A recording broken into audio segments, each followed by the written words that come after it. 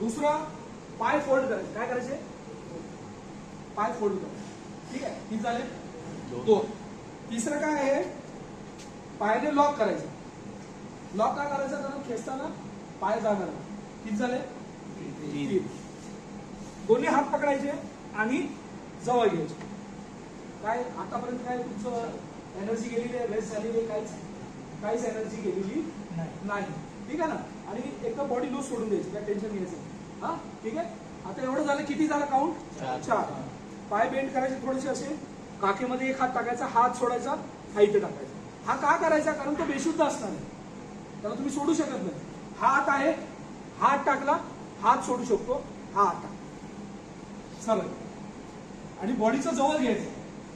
आजूबाजूला वरती जागा बघायची, हा कुठे उचलताना लागलं नाही पाहिजे. हा हात पकडायचा. ठीक आहे. आता हा कमरेचा जो भाग आहे ना, तो खांद्यावरती मॅच झाला. हा झाला पाहिजे, खांद्यावरती मॅच झाला पाहिजे. अशा प्रकारे असं घ्यायचं. ठीक आहे. आता तुम्ही जाताना बॅलन्स करू शकता, डोकं वाचू शकता.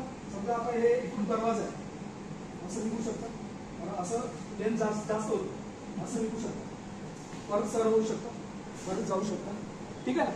बॅलन्स जर तुमचा झाला नसेल तर असं बॅलन्स करून घ्यायचं. आता हात सोडले तरी पडत नाही, म्हणजे बॅलन्स बरोबर झाला. आलं लक्षात? हा लॉक केलाय. या हाताने खुर्ची, दरवाजे तुम्ही उघडू शकता, खुर्ची बाजूला करू शकता. हा फ्री होतो.